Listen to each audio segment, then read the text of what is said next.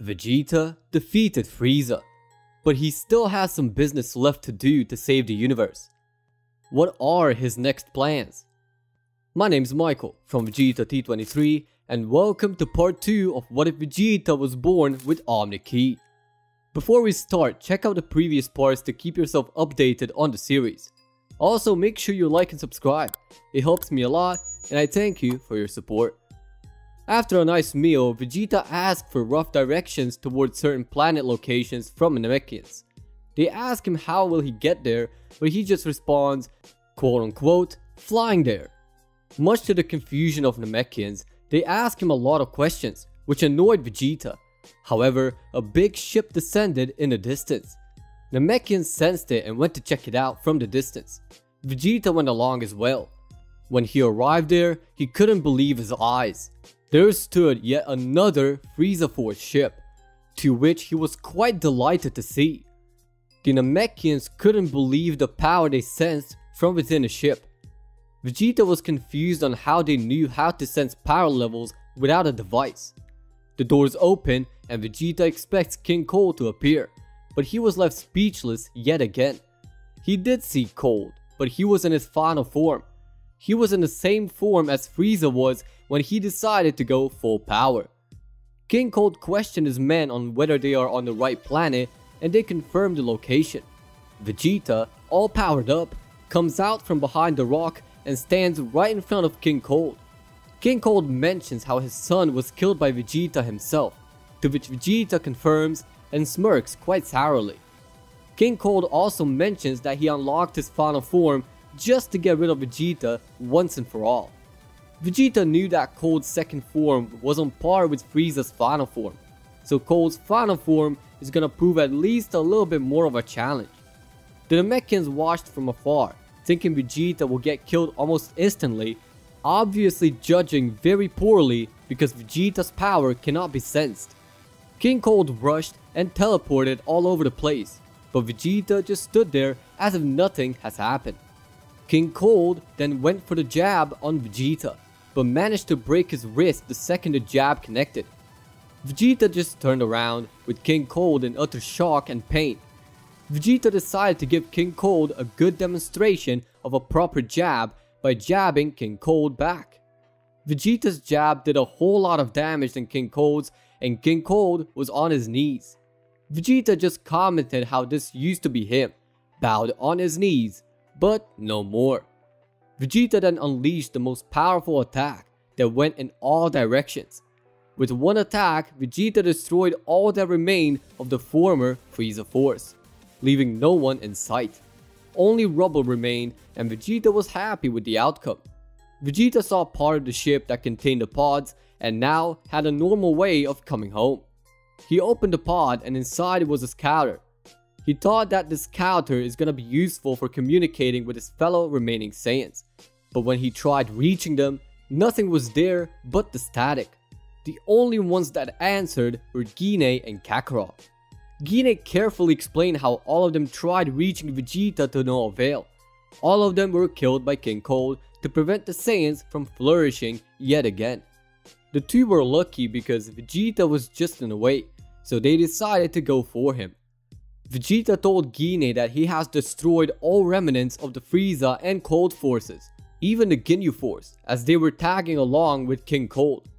That said and done, Vegeta puts in the coordinates for Earth, thanks to the Namekians, and leaves for Earth. On Earth, Gine and Kakarot were waiting on Vegeta to come by.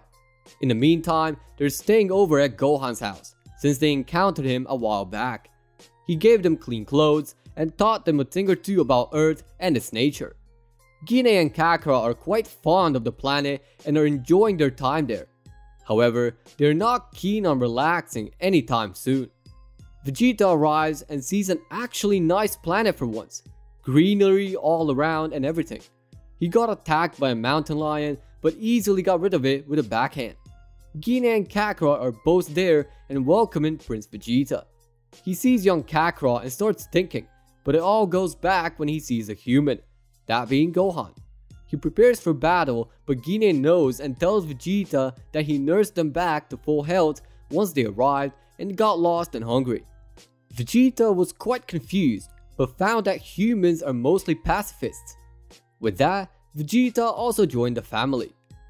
After a while, even Vegeta got new clothes and was enjoying his time with the gang. Gine and Kakarot trained with Gohan, and he even taught Vegeta a few tricks, like the Kamehameha. Vegeta was too powerful to restrain his power and made an ozone hole with it. Gine and Kakarot got it down quite quickly. Once their day of training came to a close, Vegeta had a question for Gine, and it regarded his real family, as he never knew what his family was like. Gine went to explain Vegeta's father was a proud man, but a bit of a terrible king as he started doing less and less work conquering. But considering it was working for Frieza, he was doing the right thing. Gine never met his mother, as she was sent to a camp by the king because he thought that Vegeta was weak and couldn't fight or anything with no power level. Vegeta was hella annoyed, but it was justified by the fact nothing can read his power.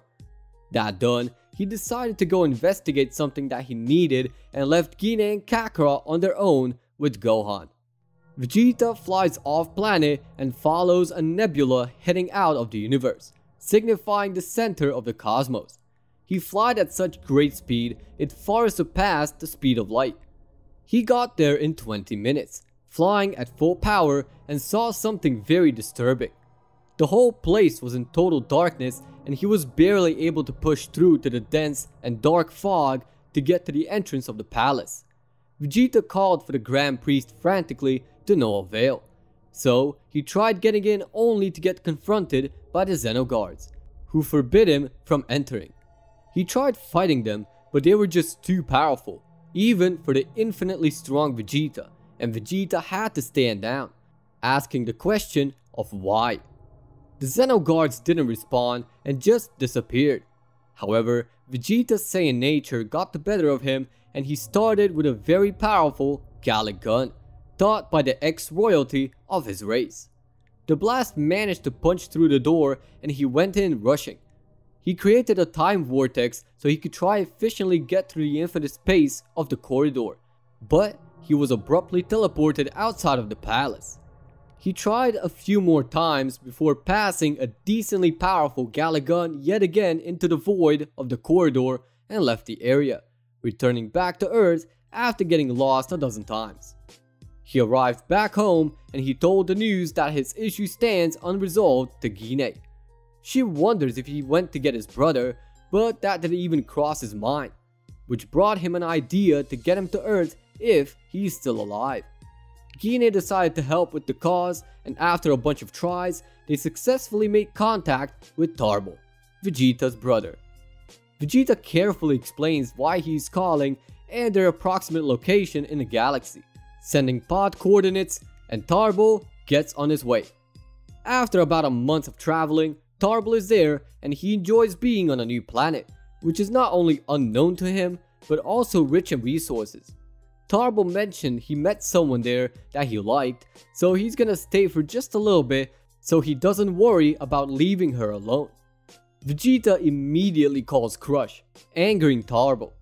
But then, the situation takes a wild turn, as Vegeta asks Tarble to stay permanently. Tarble is a little bit weirded out by the request, not wanting to leave his already new home for an even newer one, but Vegeta reassures him that it's for the best, as pretty much all of the Saiyans are here, pointing to Kakarot and Gine. Tarble reluctantly agrees to follow along and stay for the time being. So right now, Tarble, Gine, Kakarot and Vegeta lead quite a surprisingly calm life from here on. However, not for long. Kakarot is now an 11-year-old and Vegeta is pretty much an adult. He hasn't really made any moves to go back to the OMNI King Palace and tries not to. Tarble also grew up into adulthood and is quite happy with the training he's doing with Gine and the gang. Vegeta is not really training as it doesn't count as training to him. Gohan is getting sick and can't move as much as he used to, but things might take a turn on Earth soon. That said, we're leaving things for the next part. I hope you enjoyed the video. Leave a comment on what should I do next. Like if you liked the video. dislike if I'm terrible, and check out my Discord server in the description below. And as always, peace out.